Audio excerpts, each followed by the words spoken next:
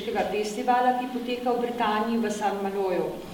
Gledališke predstave naših dijakov in dijakinj so vedno znova in vsako leto bolj navdušile ne le mlado gledališko publiko, ampak tudi poznavalce gledališkega delovanja mladih in jezikovne kritike.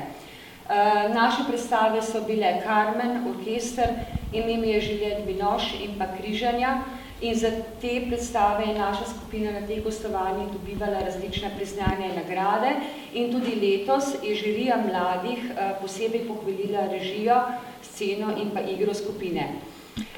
Letos smo se odločili prirediti in postaviti na oder Oskarja Wilda, torej Idealnega soproga, napisanega leta 1895. Originalno napisanega v mešanem žanru satirične komedije, komedije in revije ali pa konverzacijske komedije oziroma salonske komedije. Življenje privilegiranega višjega srednjega razreda se odvija po salonih, njegovo pospešeno komuniciranje intonirata zdaj tipično valdovska duhovitost, ki razbija viktorijanski moralni kodeks, zdaj melodramatičnost, ki patetično vzpostavlja sicer prej porušeni red.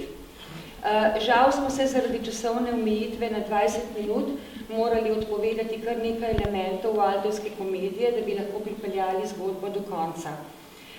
Že med prirejanjem besedila in med vajami smo namreč ugotovili, da smo pristali sredi nič kaj smešne drame, torej tam, kamor nas je mogoče Wild tematsko tudi hotel peljati, smo pa pri tem morali žrtvovati njegove slastne jezikovne bravure in naj nam mojster Wild za to tudi oprosti.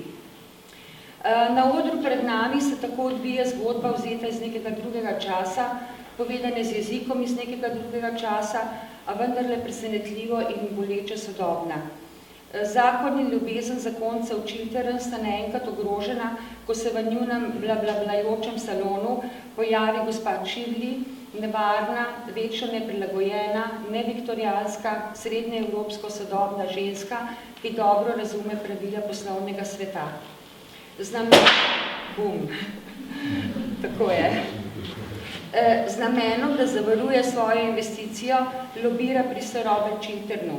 Njegovo podporo profitnemu projektu poskuša dobiti zelo preprosto poslovno transakcijo, to je z denarno nagrado. Ko se Robert Chiltern podkupnino ogorčeno zavrne v imenu poštenja, se pa odpre omara, iz katere padejo okostnjaki. Chiltern je namreč pred mnogimi leti prodal državno poslovno tajno baronu Arnheimu in si na ta način pridobil ne le bogatstvo, ampak tudi politično kariero in ugleden status v družbi. Gospa Chivli ima dokaz te goljofije, ki postane tudi sredstvo izsiljevanja. Chiltern se tako znajde razpet na eni strani med svojo ženo in njeno idealizirano podobo svojega moža, ter na drugi strani ogroženo kariero in ogroženim družbenim ugledom. S pomočjo prijatelja Lorda Goringa, dandijevskega glasu samega Oskarja Wilda, reši svoj zakon in tudi svojo kariero. Tudi Lord Goring je nagrajen, saj se kaj že, ko Chilternova sestra sprejme njegovo poročno ponudbo. All's well that ends well, bi rekel veliki Shakespeare. A z Wildom stvari niso tako enostavne in enoplastne. Odpira veliko vprašanje razmerja med spoloma, ljubezni, osebne integritete, povezanosti kapitala in moči in na mnoga vprašanja seveda še danes iščemo odgovore. Kaj bi rekel Wild ob teh naših vprašanjih? Rekel bi največ takole. Zgodba je pred vami, če pa hočete brskati pod površje, morate sami prevzeti vse tveganje. Ali po angleško z njegovimi besedami do it at your own peril. Besedilo Oskarja Wilda smo po francoskem prevodu Pascala Quijena priredile Irina Zorko-Novak, Miranda Bobner in Vesna Čeh-Štok. Jezikovno sta mlade igralce in igralke vodili Vesna Čeh-Štok in Miranda Bobner. Dramaturško in režijsko je predstavo vodila Irina Zorko-Novak. Vloge, pri tem mora še povedati, da je z nami tudi letos bila profesor Alenka Cvetkovič, ki je skupaj z Vesno Čeh-Štok tudi peljala skupino oziroma spremljala skupino v St. Malo in je priskočila na pomoč tudi danes tehnično podporo, tako da se posebej zahvaljujemo. Vloge pa so prevzeli dijaki in dijakinje. Laura Glaner kot gospa Chivli, Tjaša Pirnat kot Lady Chiltern, Katarina Črnivec kot Mabel Chiltern, Peter Kmecel kot Sir Robert Chiltern, Martin Miklavčič kot Lord Goring, Lanzo Pančič kot Lord Caversham in Primož Glavič kot služabnik. In na koncu naj se seveda posebej zahvalim ravnatelju gimnazije Jožeta Plečnika, gospodu Antonu Grosku, ki je ponovno podprl in omogočil gostovanje dramske skupine v Saint-Malo. Époque de non-jour. Lieu, Londres. L'action de la pièce se déroule en 20 minutes. Le salon de la maison de Sir Robert Chiltern. La pièce de la réception. Lady Chiltern, la femme de Sir Robert Chiltern, beauté grecque, à l'air grave. Elle a environ 27 ans. Mabel Chiltern, la sœur de Sir Robert Chiltern, l'incarnation même de la jeune jolie fille anglaise. Elle est la fascinante tyrannie de la jeunesse et des bravoures stupéfiantes de l'innocence. Miss Shively, dans tous ces moments, elle est d'une grâce extrême. Dans l'ensemble, elle est une œuvre d'art. Sir Robert Chiltern, sous-secrétaire d'État au Foreign Office, il a 40 ans, il est conscient d'avoir réussi sa vie. Une nature nerveuse, il a l'air fatigué. Lord Goring, 30 dandy impeccable, il joue avec la vie, il aime à être mécompris. Et Lord Caversham, le père de Lord Goring, vieux gentleman de 70 ans, beau représentant du Parti libéral.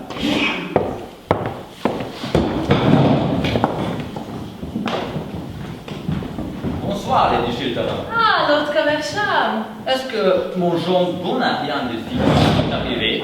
Non, il ne me semble pas que Lord Goring soit déjà là. Pour quelle raison dites-vous de Lord Goring qu'il est un bon à rien? Parce qu'il mène une vie de telle possibilité. Comment vous pouvez dire une chose pareille?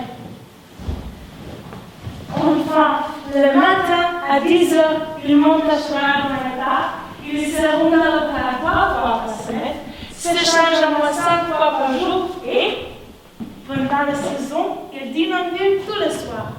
Ce n'est tout de même pas cela que vous appelez mener une vie oisive, mais il est de charmants progrès. Progrès? Dans quel domaine? Je ne vous laisse pas de vous le faire savoir d'ici peu, le Caversham. Mrs. Shively, Il me semble que Mrs. Shively et moi-même, nous nous sommes déjà rencontrés. Mais nous sommes vraiment déjà rencontrés. Je ne parviens pas à me rappeler où. S'il a fait si longtemps que je vis plus en Angleterre. Nous étions ensemble à l'école, Mrs. Shively. Vraiment? Je n'ai qu'un souvenir de mes années d'école. J'ai la vague impression qu'elles étaient détestables. Vous ne m'étonnez pas. Voyez-vous, j'ai grand hâte de rencontrer votre brillant mari, Lady Chiltern.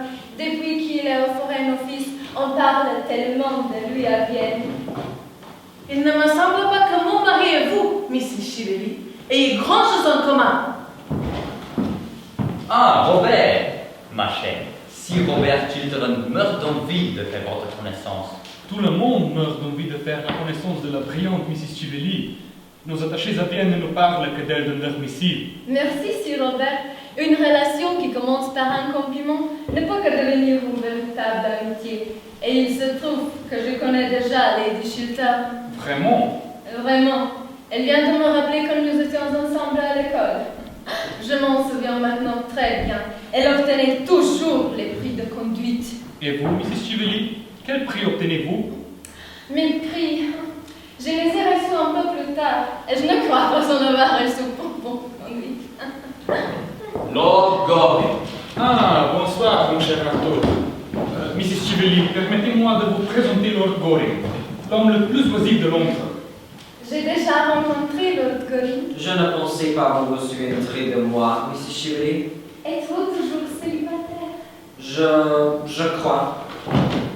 Qu'est-ce qui vous fait si soudainement honorer Londres de votre présence? Je voulais vous rencontrer et de vous demander de faire quelque chose pour moi. Je désire vous parler d'un grand projet politique et financier de cette fameuse compagnie du canal d'Argentan, pour être précise. Vous vous intéressez, je le sais, au projet de construction de canaux internationaux. Mais vous étiez bien la secrétaire de Lord Bradley, si je ne m'abuse, lorsque le gouvernement a acheté les actions du canal de Suez. C'est exact. Mais le canal de Suez était une entreprise magnifique de la plus haute importance. Il nous permettait d'accéder directement aux Indes. Mais ce projet d'Argentin n'est pas qu'une banale escroquerie boursière. Une spéculation, Sir Robert? Croyez-moi, Mrs. Chivelli, j'ai moi-même dépêché une commission spéciale chargée de faire mon enquête officieuse. Toute cette histoire est un second Panama. J'espère que vous n'avez rien investi là-dedans. J'y ai fait des investissements considérables. Le succès du canal dépend bien sûr de l'Angleterre. Et je vais soumettre demain soir à la Chambre le rapport de la commission. Il ne faut pas faire une chose pareille. Dans votre propre intérêt, Sir Robert, pour ne rien dire de mien, il ne le faut pas. Dans mon propre intérêt, chère Mrs. Chivelli, que voulez-vous dire? Je veux que vous retirez le rapport. Puis, je veux que vous disiez quelques mots pour convaincre le gouvernement d'avoir la question et que vous affirmiez d'avoir des bonnes raisons de penser que le canal, lorsqu'il sera terminé, sera d'un intérêt international considérable. Vous ne pouvez pas me faire sérieusement une telle proposition. Mais si, et si vous faites ce que je vous demande, je vous paierai très généreusement. Vous me paierez? Mon cher Sir Robert, vous êtes un homme et vous avez votre prix. Je suppose, c'est le cas de tout un chacun de nos jours. Vous avez vécu si longtemps à l'étranger, Mrs. Chivelli, que vous semblez incapable de comprendre que vous vous adressez à un gentleman anglais. Je comprends que je m'adresse à un homme qui a bâti sa fortune en vendant un secret à un spéculateur en bourse. Je connais l'origine de votre fortune et de votre carrière. Et je possède la lettre que vous avez écrite à notre très bon ami, Baron Abraham, pour lui dire d'acheter des actions du canal de Suez. Une lettre écrite 3 jours avant que le gouvernement annonce qu'il était lui-même acheteur. Ce n'est pas vrai. C'est une escroquerie, Sir Robert. Maintenant, je vais vous vendre cette lettre et le prix que je vous demande est le soutien que vous apporterez publiquement à ce projet. C'est une infamie ce que vous proposez, une infamie. Ah non, c'est le jeu de la ville auquel nous devons tous jouer, tôt ou tard. Vous devez me laisser le temps de réfléchir à votre proposition. Non, il faut décider maintenant. Je vais vous donner tout l'argent que vous voulez. Mais vous, Sir Robert, vous n'êtes pas assez riche pour acheter votre passé. Personne ne l'est. Ne partez pas. J'accepte. J'accepte. Le rapport sera retiré. Merci. Je savais bien que nous parviendrions à un accord.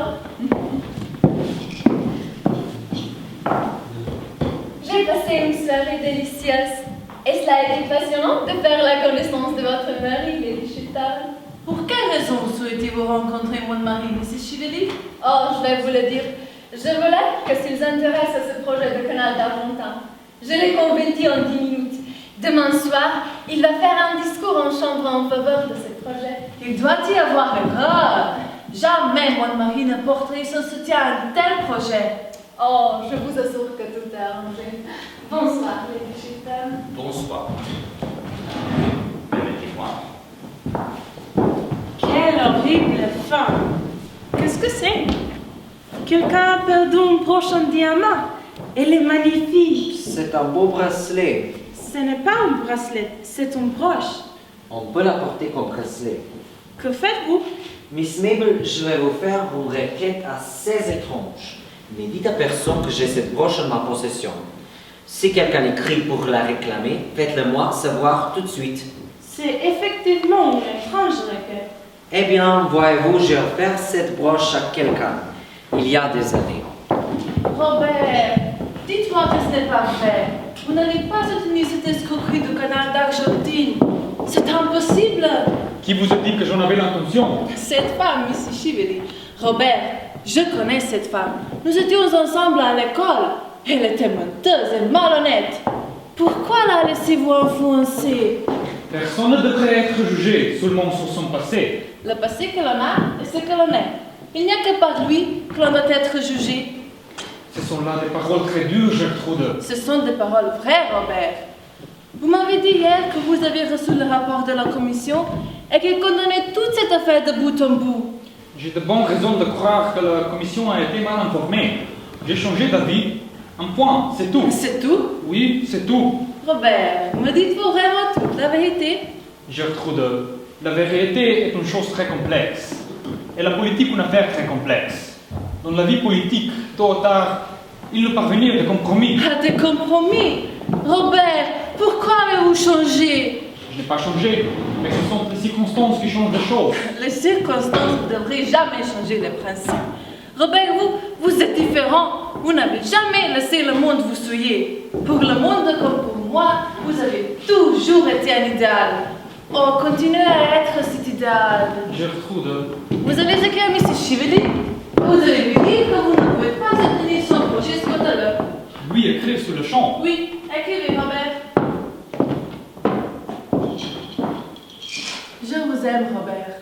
Oh, aimez-moi toujours, Gertrude. Le salon de la maison de Sir Robert Chiltern.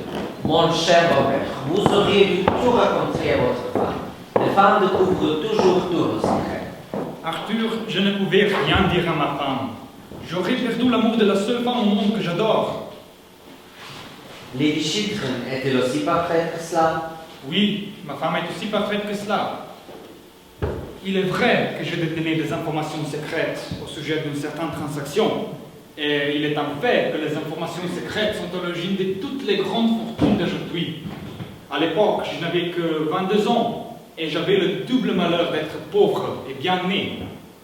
Est-il juste qu'une folie, un péché de jeunesse puisse ravager une existence comme la mienne? Est-ce juste, Arthur? La vie n'est jamais juste, Robert. Tout homme ambitieux doit affronter son siècle avec ses propres armes. Ce qu'adore ce siècle, c'est la richesse. Le dieu de ce siècle est l'or. Mais Robert, comment avez-vous pu vous vendre pour de l'argent? Je ne me suis pas vendu pour de l'argent. J'ai mis le prix pour acheter le succès, le pouvoir sur les autres, le pouvoir sur le monde, parce que c'est la seule joie que les riches possédaient. Et maintenant? Maintenant, cette femme, cette Mrs. Chively s'en prend à moi. Comment puis-je me défendre contre elle? Apparemment, Arthur, vous la connaissez déjà? Oui, je me suis jeudi fiancé à elle. Notre histoire d'amour a duré 3 jours. Que faut-il faire? Que faut-il faire? Pour commencer, il faut que vous racontiez toute l'affaire à votre femme. Je vous aiderai à mon mieux. Merci, Arthur. Merci. Un instant, s'il vous plaît. Rodrigue, je suis si heureuse que vous soyez passé. Je voudrais vous parler de... Vous voulez me parler de Mrs. Chively? Oui. Après votre départ hier soir, j'ai découvert que ce qu'elle avait dit était tout à fait exact. Naturellement, j'ai obligé Robert à lui écrire sur le champ et à retirer sa promesse. Robert doit être au-dessus de toute reproche. Il n'est pas comme les autres hommes. Il n'a pas de secret pour moi. Lady Chiltern, vous avez peut-être des idées un peu strictes sur la vie. En chacun il y a un phare de faiblesse.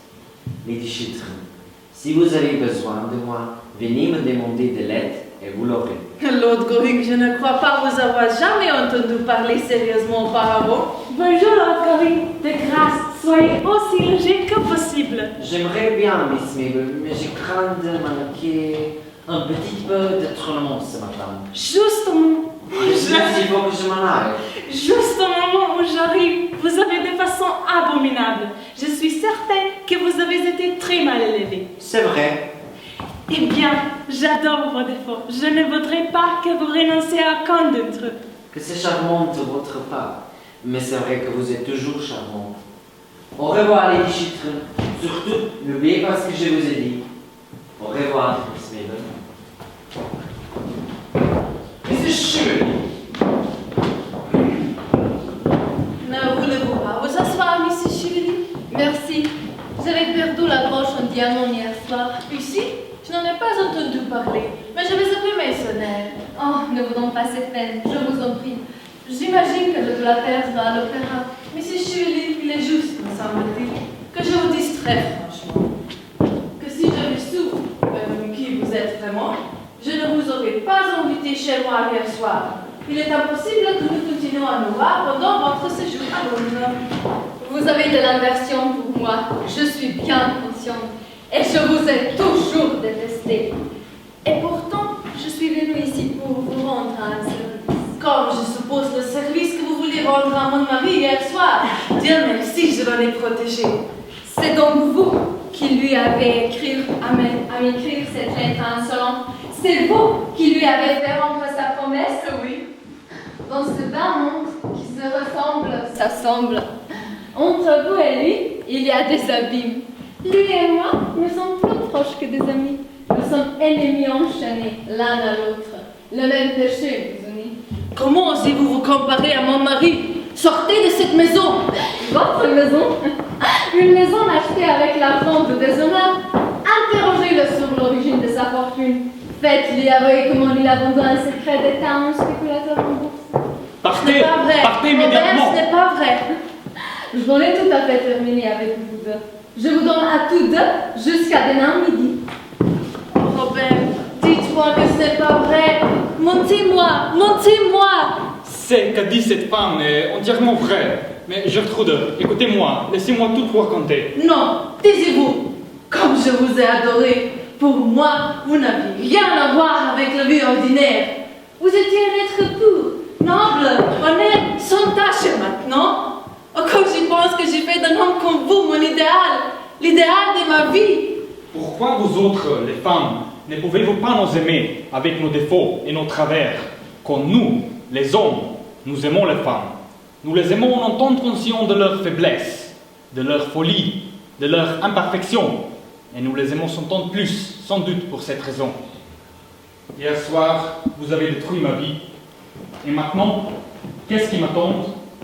Le déshonneur public, la ruine, un nom terrible, que les femmes cessent d'idéaliser les hommes. La bibliothèque de la maison de Lord Gore. Phips, des lettres. 3 000 L'écriture de Lady Chitren sur le papier à lettres roses de Lady Chitren. C'est assez étrange. J'ai besoin de vous, j'ai confiance en vous, je viens à vous, Gertrude. Elle a donc tout découvert, pauvre femme. Bon, je vais la convaincre de soutenir son mari. C'est la seule chose qu'elle doit faire. 10 heures, elle ne devrait pas tarder. Il faut que je dise à Phips que je ne suis là pour personne d'autre. Phips, une dame doit venir me voir ce soir pour une affaire privée. Faites-la entrer quand elle arrivera. Je comprends, Milord. Qui va annoncer là? Lord Gorick n'est pas là. Milord me dit de vous demander, madame, d'avoir la bonté de l'entendre. Lord Gorick m'attend donc. Oui, madame. Quel homme prévenant. Quelle sottise d'écrire sur du papier rose. On dirait une idylle des petites bourgeoises assez debout. Mais je reconnais cette écriture. C'est celle de Gertrude Chiltern. J'ai besoin de vous. J'ai confiance en vous. Je viens à vous, Gertrude.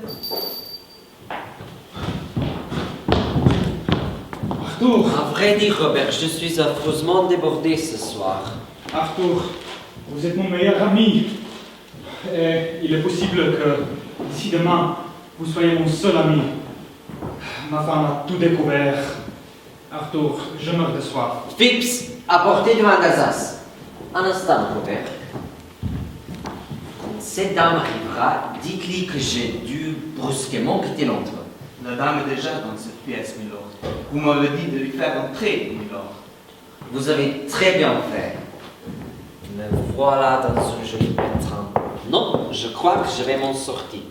Je vais lui dire ma façon de penser à travers la porte.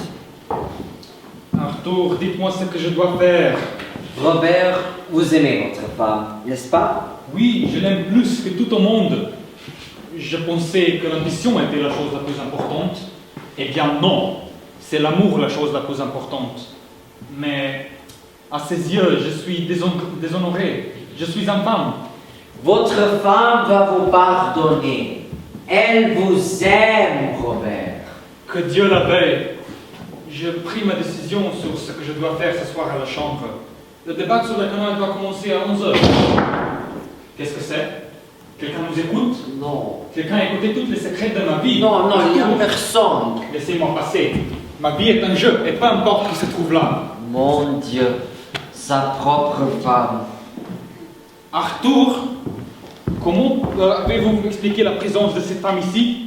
C'est une créature vile et infâme. Ne dites pas une chose pareille, Robert. C'est pour essayer de vous sauver qu'elle est venue ici. Elle vous aime, Robert, vous et personne d'autre. Vous êtes fous.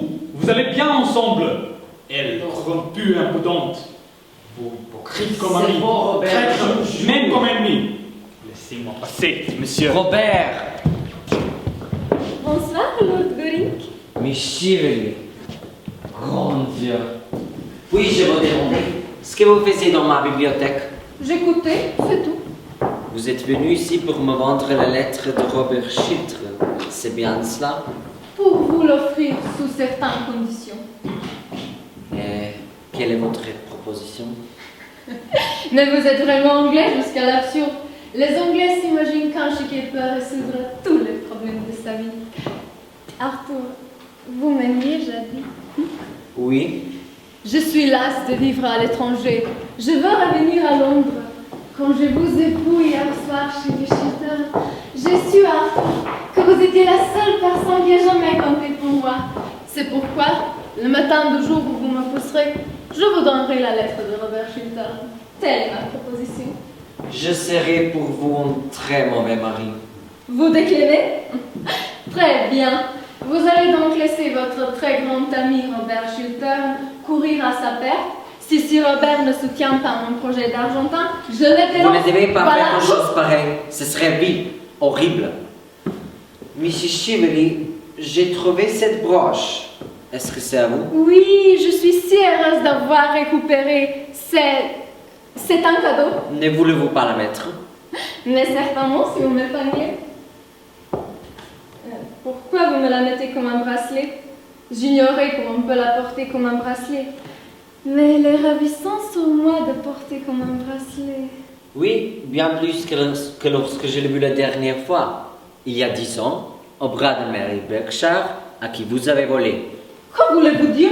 Je veux dire que vous avez volé cette parure à ma cousine Mary Berkshire, pour qui je l'avais offerte pour son mariage. Je vais nier tout de bout en bout. Vous n'arriverez pas à enlever ce bracelet, à moins de savoir où se trouve le ressort. Brut, qu'allez-vous faire? Je vais appeler mon domestique. Quand il sera là, je vais lui dire d'aller chercher la police. Ne faites pas cela. Donnez-moi la lettre de Robert Chiltern. Je n'essaierai plus jamais de nuire à Robert Chiltern. Au contraire, je vais lui rendre un grand service. Je veux dire que je vais envoyer à Robert Chiltern la lettre d'amour que sa femme a écrite. Misérable femme, rendez-moi cette lettre. Bonsoir, Lord Goring. Le salon de la maison de Sir Robert Chiltern. Alors, vous êtes fiancés? Pas encore, mais j'espère que ce sera fait avant le déjeuner. Mais pourquoi ne demandez-vous pas un mariage de cette ravissante Miss Chiltern? J'imagine cependant qu'il n'y a pas la moindre chance pour qu'elle vous dise oui. Si elle vous disait oui, elle serait la plus ravissante idiote de toute l'Angleterre. C'est exactement le genre de personne que j'aimerais épouser. Une femme extrêmement raisonnable me fait durer un mois de 6 mois en état d'absolue imbécilité. Vous ne la méritez pas, monsieur. J'imagine que vous avez lu le Times ce matin. Sir Robert a dénoncé ce projet de canal argentin. Ce discours est un grand tournant de sa carrière, comme le souligne le Times. Sir Robert Chiltern, brillant orateur, carrière irréprochable, bien connu pour son caractère intègre.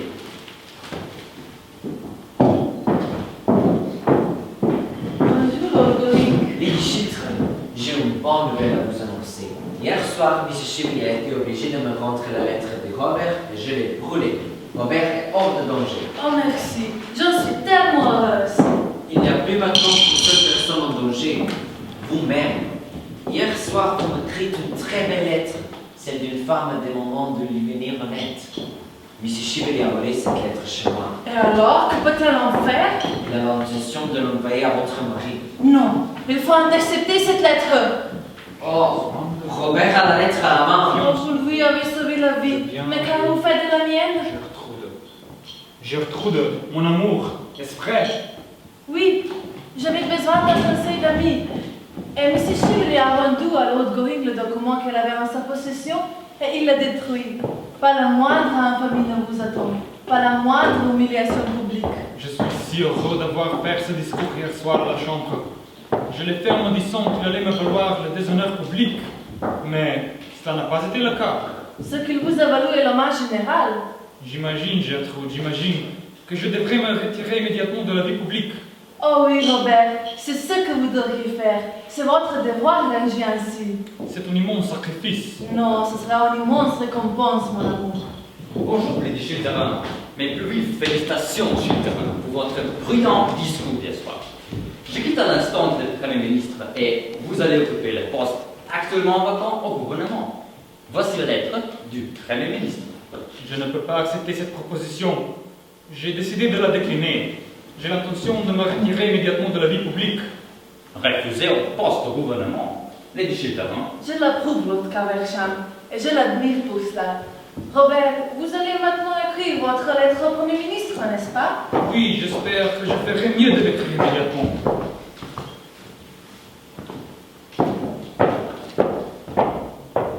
Gertrude, voici la brûlante de ma lettre. Montre-la-moi. Que faites-vous? La vie d'un homme a plus de valeur que celle d'une femme. Vous pouvez oublier, les hommes oublient facilement et je pardonne. Voilà comment les femmes aident le monde. Miss Mabel, j'ai quelque chose de très particulier à vous dire. Oh, allez-vous me demander un mariage? Eh bien, oui. Oui, oui, je vous adore. Qu'est-ce que cela signifie, monsieur? Vous n'allez tout de même pas me dire que cette jeune fille est charmante, intelligente, ou la sortie de jeune. Mais si, père. Et si vous n'êtes pas un mari idéal pour cette jeune personne, je vous déshérite. Un mari idéal? Oh, je crois que cela ne me plairait pas beaucoup. J'ai l'impression que cela n'existe que dans l'autre monde. Dans ce cas, que voulez-vous qu'il soit pour vous, ma chère? Il peut être ce qu'il veut. Tout ce que je désire, c'est être... Oh, un véritable épouse pour lui.